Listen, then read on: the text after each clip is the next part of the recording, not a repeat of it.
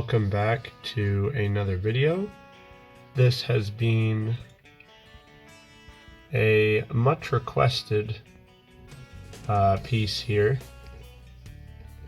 and this is going to be our next Kitbash showcase video. It's been a while since I've done one of these, and we've had a lot of new subscribers in the meantime. So if you haven't seen one before, basically what I'm going to do is this is like a deep dive into one of my Kitbashes, where I'm going to break down exactly how it was made, all the parts that were used, the kits that went into it, and I'll throw up all the work in progress pictures and things like that that have probably been posted over on my Patreon. So if you're interested in that, feel free to check that out. The link for that will be down below. But so without further ado, we'll get into it here. So this here is my first completed model for my new upcoming Kroot Demon's Army. So a little bit of background. So, you know, in 40k, any sentient life can fall to chaos, and of course the Kroot are no exception to that. So what I want to do with this project, and this is just the first model in a much bigger project, is I want to have some representation of every chaos god made with Kroot models. So like I want to have a kindred that has managed to fall or is in the process of falling to each of the 4 chaos gods.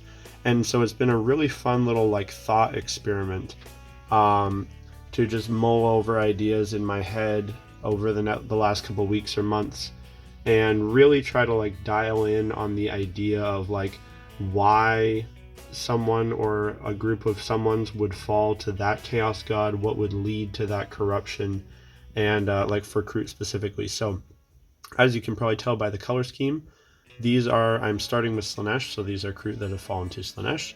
This is going to be a Keeper of Secrets, which is the greater demon.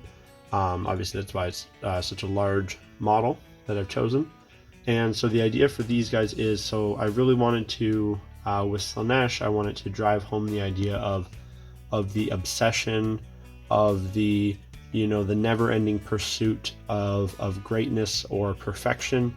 And so in the Kroot's case, that would be, you know, obsession with obtaining their perfect genetic form. As you know, like that's a big theme with Kroot, that they're constantly evolving and they shape their own evolution through their diet. So you've got and I'm basically, just to dial it back a sec, so for each of the greater demons, I want that to be, like for each greater demon of the 4, I want that to be the leader of the kindred, and I want that to in some way have the shaper either riding a big thing or be the big thing, and like he's the one that led them down that path, obviously, because that's what the shaper's in. So this is a shaper who became obsessed with that idea of genetic perfection. It led to him letting the kindred eat some forbidden food, some tainted meats, if you will. And then also there's that obsession with the perfect hunt, and, you know, finding the perfect prey. And, you know, there's a lot of things that the Kroot could get sucked up into, you know, fall to Slaanesh through going down that route. So real quick before I jump into the parts, I guess I have to keep, I never do it, but I guess I got to do the typical YouTuber thing and say, if you like what you're seeing, you know, like, subscribe, you want to support the channel, Patreon link down below, blah, blah, blah, blah, blah. But real quick, what I'm going to do, what I do for all these videos, is I'll do a little size comparison. So first off, and this is cool, and if you're not on any of my other social medias, you might not have seen it yet. So this is my prototype Kroot Demonette. So I've got a squad of 10 of these made up.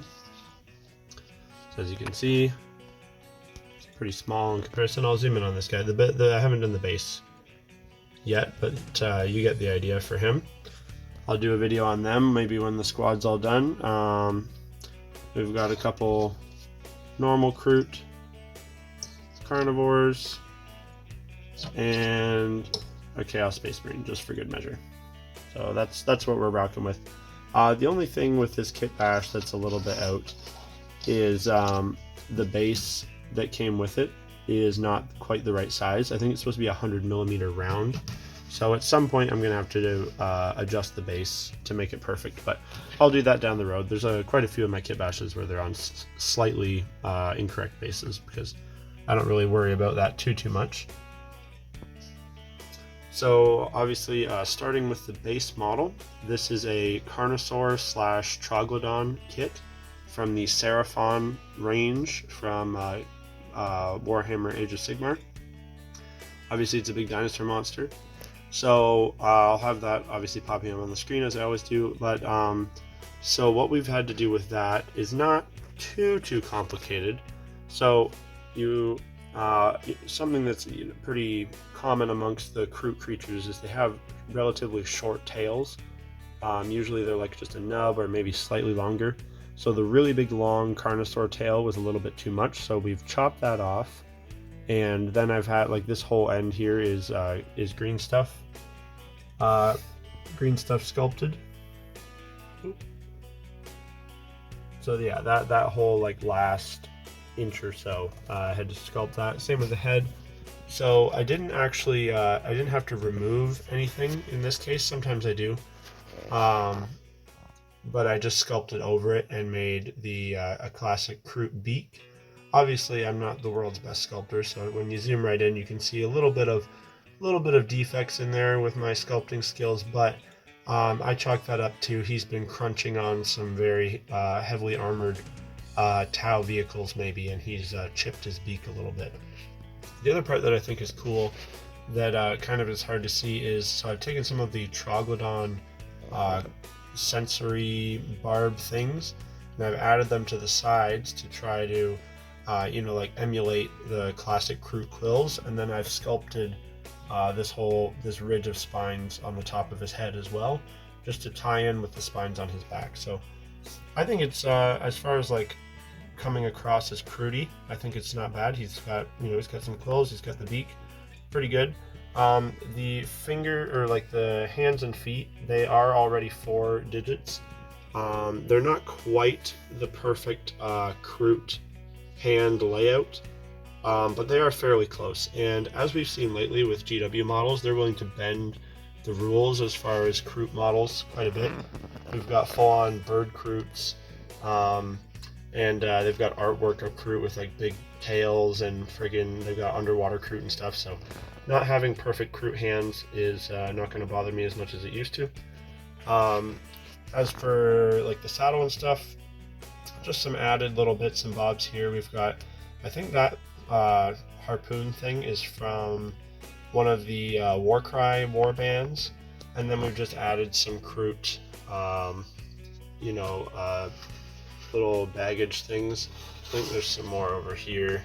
Yeah, just a couple little Kroot things, some extra skulls and whatnot. Now what's cool on his tail, and we'll finish with the rider in a second, he's probably my favorite part, so we'll save him for the end.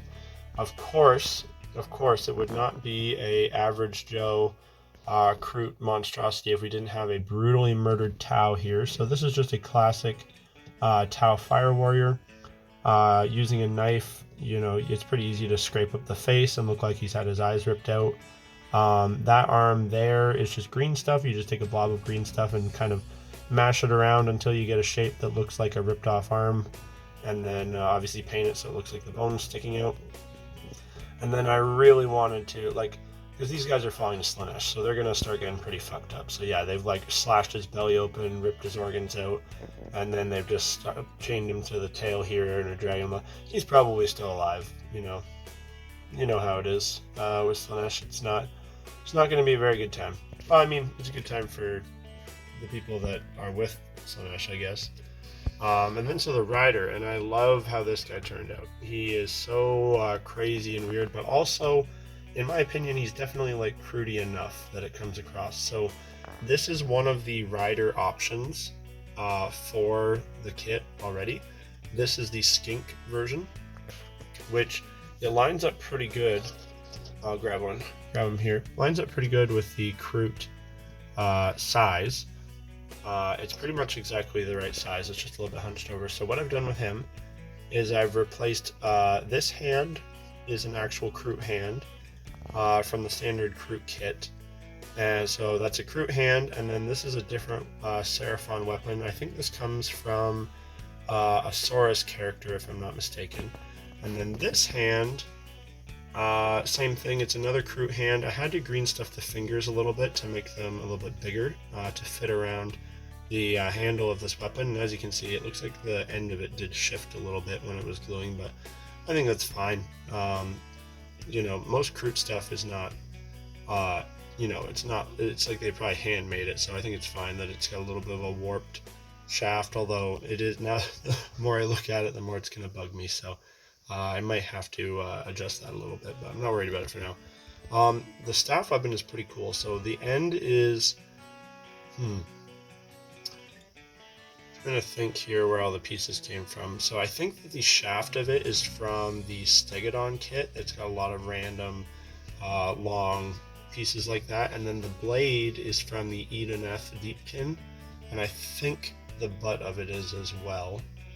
But yeah, so he's just got this cool spear weapon, and then the head is a mix of Kroot quills, green stuff on the neck, and it's a Warcry Chaotic Beast. I forget what they're called. I also bulked out the bottom of the beak a little bit to make it more Krooty, and then of course painted him with some cool war stripes and whatnot. This is my entry for Krootoberfest, which is a little Kroot painting contest slash kit bashing contest that's going on right now. So I really tried to do, like, for me, my best painting work. Got the airbrush out. I tried to really blend my colors more than I normally would, push my highlights a little bit more than I normally would. As we all know, like, in the proof is in the name of this channel. I'm average. I really think I come across that way. I'm an average painter. You know, I'm certainly not winning any golden demons with my sculpting or painting, but I'm not, you know, the worst. So yeah, this guy, I'm really happy with him, especially like on a table.